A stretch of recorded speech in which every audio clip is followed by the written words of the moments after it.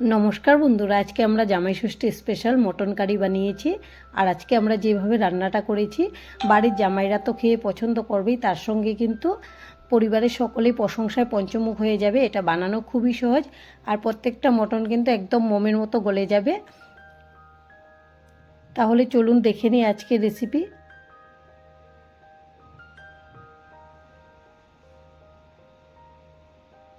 Mutton curry বানানোর জন্য এখানে 500 গ্রাম মটন খুব ভালো করে ধুয়ে পরিষ্কার করে জলটাকে ঝরিয়ে নিয়েছি।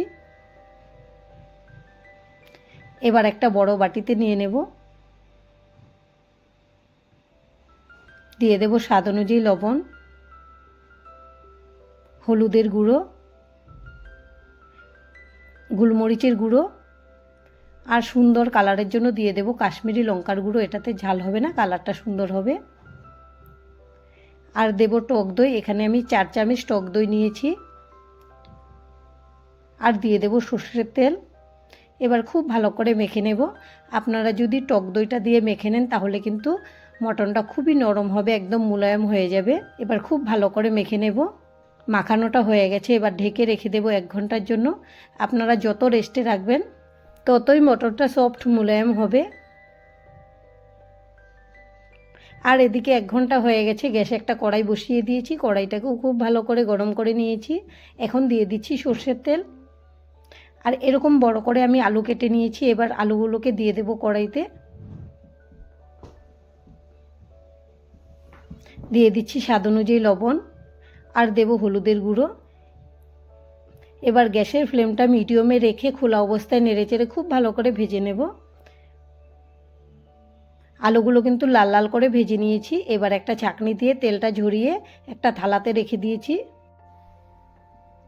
আর এদিকে ফোড়নের জন্য নিয়েছি দারচিনি, লবঙ্গ, তেজপাতা আর এলাচ। এই তেলেই দিয়ে দিচ্ছি ফোড়ন। আমি তেলটা একবারে বেশি করে দিয়েছিলাম যেন রান্নাটা হয়ে যায়। এখন ফোড়নটাকে খুব ভালো করে ভেজে নেব, একটা মিষ্টি সেন্ট বের হওয়া পর্যন্ত। ফোড়ন ভাজা হয়ে গেছে, এবার দিয়ে দেব বেশ খানিকটা কুচানো পেঁয়াজ।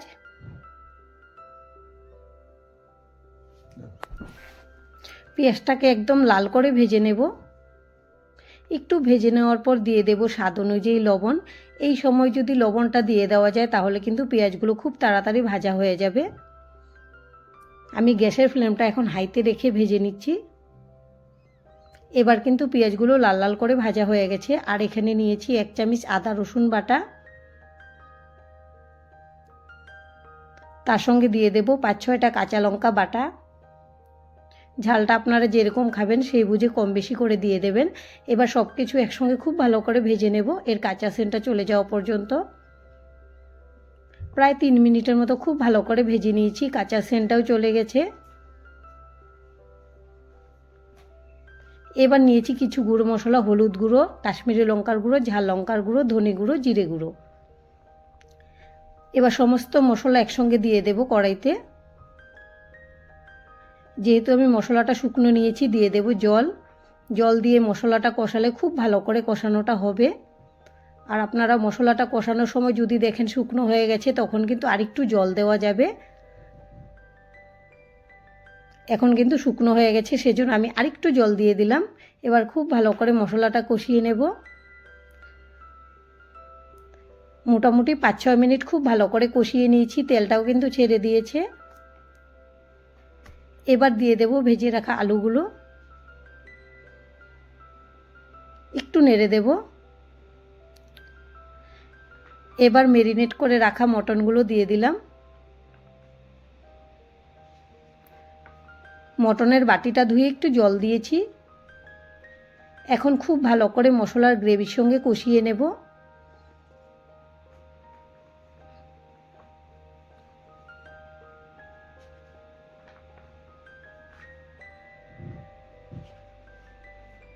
মোটামুটি 5 মিনিট নেড়েচেড়ে কষিয়ে নেওয়ার পর এখন ঢেকে দেব গ্যাসের ফ্লেম মিডিয়ামে রেখে। 5 মিনিট পর ঢাকনাটা খুলে নিয়েছি। আর মটন থেকে কিন্তু অনেকগুলো জল বেরিয়েছে। এবার খোলা অবস্থায় খুব ভালো করে কষিয়ে নেব, জলটা শুকিয়ে নিতে হবে। আরও 6-7 মিনিট কষিয়ে নেওয়ার পর দেখুন জলটা কিন্তু অনেকটাই শুকিয়ে গেছে। এবার দিয়ে দেব জল। যেহেতু আমি মটন কারি বানাচ্ছি সেজন্য কিন্তু এখানে জলটা বেশি দেওয়া যাবে না, আমি অল্প করেই দিয়েছি। এবার নেড়ে খুব ভালো করে মিশিয়ে নেব। গ্যাসের ফ্লেমটা হাইতে রেখেছি। এবার ঢেকে দেব।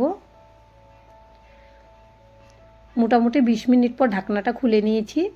ঝোলটা কিন্তু আগের থেকে অনেকটাই শুকিয়ে গেছে আর মটনটা কিন্তু খুব ভালো করে সেদ্ধ হয়ে গেছে, আমি চেক করে নিয়েছি। আর এই 20 মিনিটের মধ্যে কিন্তু আমি মাঝে মাঝে ঢাকনা খুলে একটু নেড়েও দিয়েছি। এবার দিয়ে দেব গরম মশলার গুঁড়ো। এখন নেড়েচেড়ে মিশিয়ে নিলেই কিন্তু রেডি হয়ে গেল মটন কারি। এভাবে আপনারা বাড়িতে রান্না করে খাবেন, খেতে কিন্তু দুর্দান্ত হয়। বাড়ির প্রত্যেকে কিন্তু খেয়ে ভীষণ পছন্দ করবে। আর আজকের ভিডিও এখানেই শেষ করব। সবাই ভালো থাকবেন, সুস্থ থাকবেন, ধন্যবাদ।